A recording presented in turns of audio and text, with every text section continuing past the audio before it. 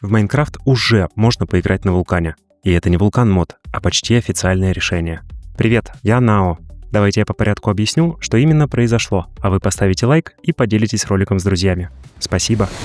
Начнем с максимально краткой справки о предыдущих событиях. В марте 2025 года на Minecraft Live Mojang объявили о планах добавить собственные шейдеры в игру, а уже в апреле выходит статья о том, что разработка под Java-версию займет время. Тогда же Dinnerbone открывает неофициальный Discord-сервер Vibrant Visuals для того, чтобы делиться результатами экспериментов и обсуждать изменения в рендеринге игры с мододелами. Там же начинаются первые обсуждения варианта отказаться от OpenGL в пользу вулкана. В мае шейдеры становятся доступны в экспериментальном режиме Bedrock, а в июне становятся для него режимом графики по умолчанию на поддерживаемых устройствах. В октябре всю активность по Vibrant Visuals переносят из неофициального Discord-сервера на сервер Minecraft Feedback. Все это время, каждую новую версию происходят значительные изменения и оптимизации рендеринга Java Minecraft. И лишь в феврале 2026 Mojang официально объявляет о решении перенести игру на вулкан.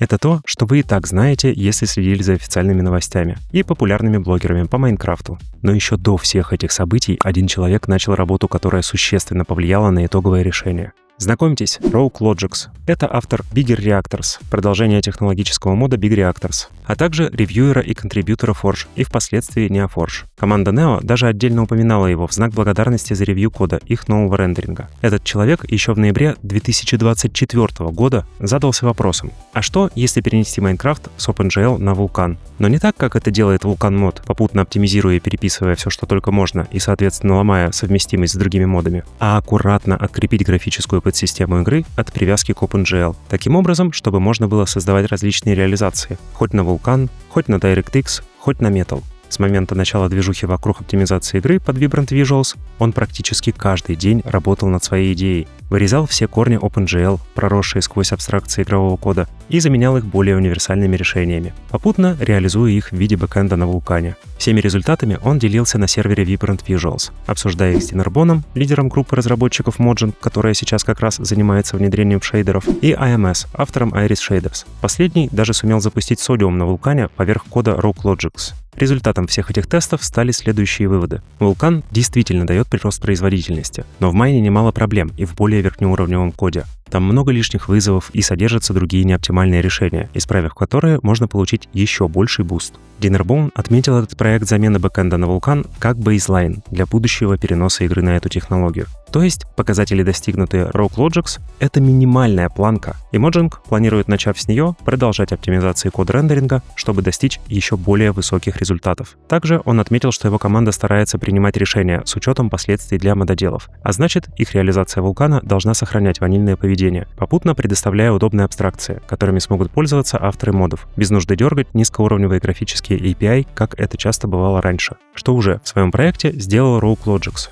И самый интересный вывод лично для меня, среди тех, что обсуждались на сервере, это жизненная необходимость выстроить архитектуру таким образом, чтобы можно было менять графические бэкэнды без особых последствий, как для кода игры, так и для модов. То есть потенциально можно будет сделать и иные реализации, хоть на Metal под устройство Apple, хоть на DirectX. Вы наконец понимаете, к чему я все это рассказываю? Rogue Logics доказал своим проектом состоятельность перехода на вулкан, а также на практике реализовал решения, которые позволят в дальнейшем вообще не привязываться к конечному API рендеринга. Сейчас Mojang заняты активным внедрением его идей прямо в основной код игры. И вишенка на данный торт упала прямо в то время, когда я писал сценарий к данному ролику. Rogue Logics добавлен в организацию Mojang на GitHub.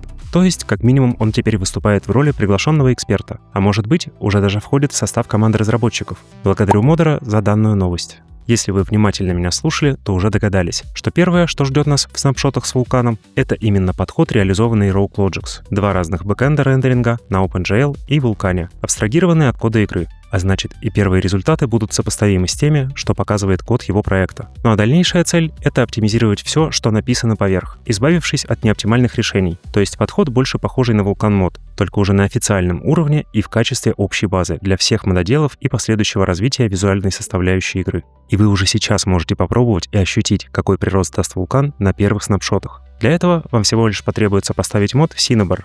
это и есть тот самый проект от Rogue Logics. Но прежде чем демонстрировать тесты, напомню вам о своем Telegram-боте. Там вы можете не только получать уведомления о выходе новых роликов и предлагать моды для рубрики лучших обновлений, но и подписаться на уведомления о новых версиях Java Майнкрафта и загрузчиков, а также на новые статьи в их блогах и блогах CourseForge и Moodrind. Я уже тестирую функцию уведомлений об обновлениях любых проектов с этих площадок, в том числе для Hightail. Так что ждите новостей. Возвращаемся к Cinnabar.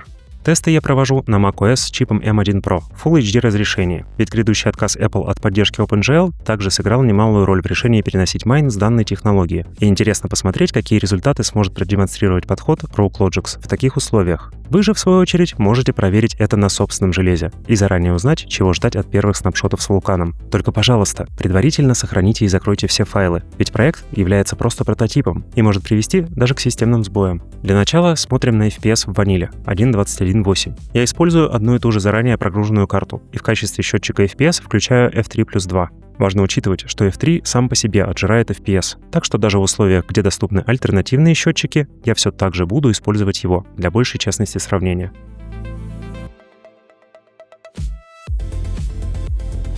Думаю, вам наглядно видно, что средний FPS составляет около 43 кадров. Теперь запустим всю ту же 1.21.8 на NeoForge с модом Cinnabar. Кстати, во всех тестах я использую 21-ю Java от Mojang, 4 гигабайта оперативной памяти и рекомендованные настройки сборщика мусора.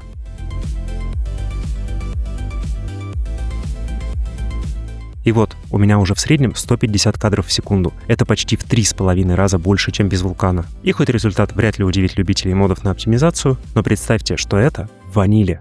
Давайте заглянем в еще более далекое будущее, когда вулкан уже полностью будет внедрен и Mojang проведут множество иных оптимизаций рендеринга. Для этого я использую последнюю версию вулкан мода для 1.21.11 на Fabric. Тут уже на самом деле не так важна частота эксперимента, ведь некоторые оптимизации явно не войдут из-за необходимости поддержки широкого спектра компьютерного железа. А многие будут выполнены, но иначе. Так что это совсем грубое представление, но все равно невероятно увлекательное, на мой взгляд.